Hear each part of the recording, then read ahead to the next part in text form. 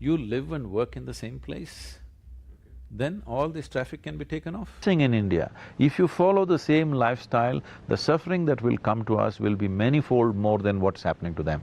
That's an interesting answer. Now I'm trying to push up this thing. Now whoever is cutting up these trees, there's one way to do it. Let's say it's 50 acres of land.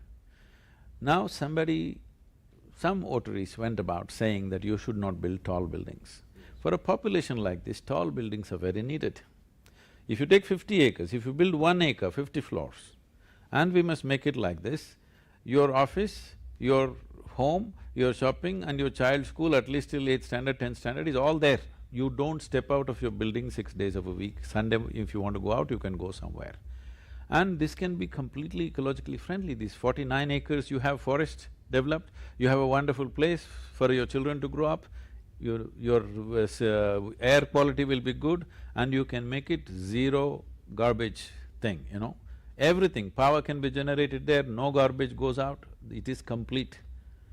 Right now you see, those who live here work there. Yeah. Those who live there work here. What is the point? Both sides of the street, the traffic is busy, what does it mean? Those who live here work there, those who live there work here, what is the point? Yeah, particularly in a city like Delhi. I mean, people living in Delhi work in Gurgaon, people living in Gurgaon work in Delhi and what's the point? So why don't people live, and at least the new developments, you live and work in the same place, then all this traffic can be taken off. Do you think people… We're talking about, isn't our society also heading towards a westernized culture? Like, for example, children or the teenagers having sex at a very early age, and this is something which has already started in India as well. See, one solution we are looking at is, I'm trying to push this concept of a one building city. Here there are offices, homes, schools, shopping, everything. And people work there, especially women. If they work there, if they have children, they can, stagger their times in so many different ways. They work in the same building, they're living in the same building, there's a wonderful forest and natural atmosphere around them, children will grow up in nice atmospheres. You must understand, in the West, even though these situations are there, they have a lot of space, there is a lot of arrangements for them.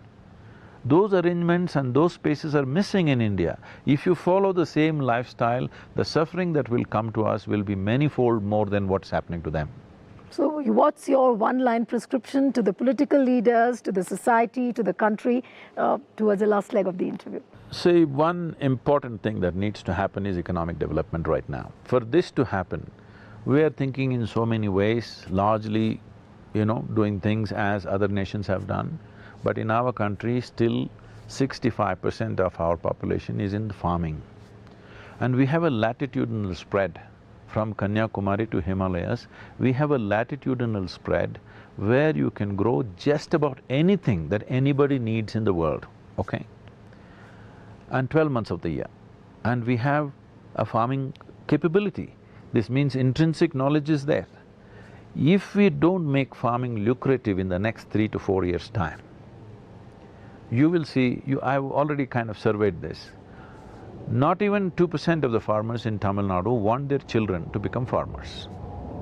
In 15 to 25 years' time, we will lose the ability to grow food in this country.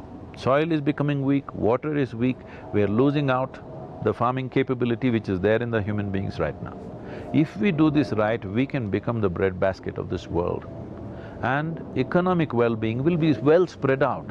It is not just in one tall building in Mumbai, all the money is stored up. The economic well-being must be spread out for the well-being of the country. That can only happen in this nation if we make farming truly lucrative. So I think this is the way forward.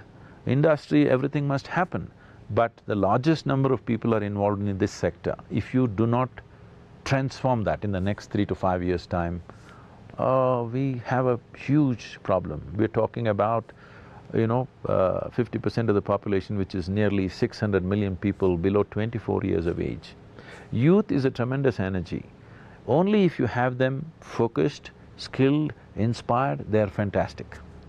If you leave them unfocused, unskilled and uninspired, we have the biggest problem on our hands. You've already given so many tips, so I'm sure all the political leaders and the people who are watching this interview will learn a lot from you. It was a pleasure talking to you, Sadhguru. Thank It was a pleasure. So that's it on this episode of To The Point. See you next time with another personality. Goodbye and thanks for watching.